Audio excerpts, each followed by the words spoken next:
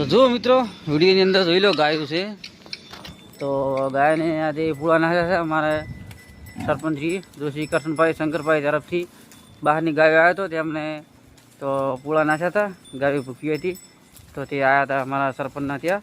તો તેમને પૂળાની જરૂર હતી. ગાયો પણ ભૂખી હતી, બહારની ગાયો હતી, કચ્છ બાજુની હતી, કાઠિયાવાડ બાજુની.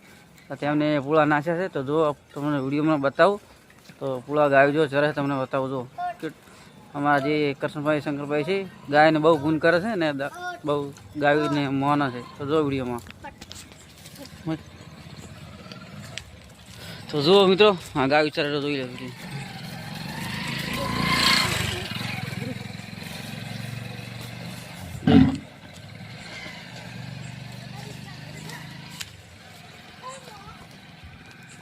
જુઓ મિત્રો વિડીયોમાં હાલો.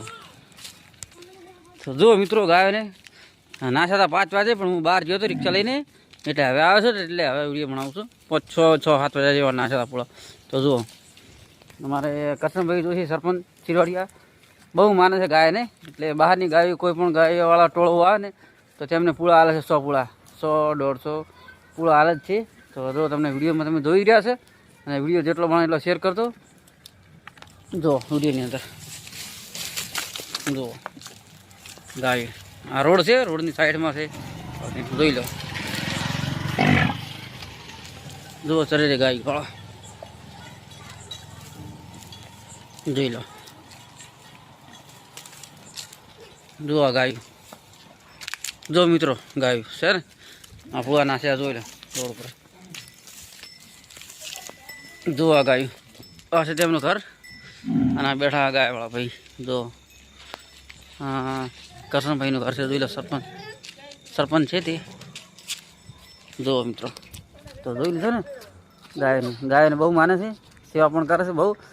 તેમના ત્યાં પણ ગાય છે 50-60 જેવી તેમના ત્યાં પણ ગાય છે. ભેંસ તો નહીં રાખતા, ગાયને બહુ માને છે, પૂન બહુ કરે છે ગાય માટેની. અને બહારની ગાયો પણ આવે ને તો તેમને પૂળા બહુ નાખે. બહારના ગાયના ટોળાવાળા આવે ને તો તેમને 100-150 પૂળા હાલે જ છે. અને એમને ઘરની મારે છે ને જગ્યા રોડ પર ત્યાં નાખે છે. તો જય માતાજી મિત્રો, વિડીયો ગમ્યો હોય તો લાઇક શેર કોમેન્ટ અને ચેનલ સબસ્ક્રાઈબ કરવા ના ભૂલતા. અને જેટલો બને એટલો વિડીયોને શેર કરતો. જય માતાજી મિત્રો.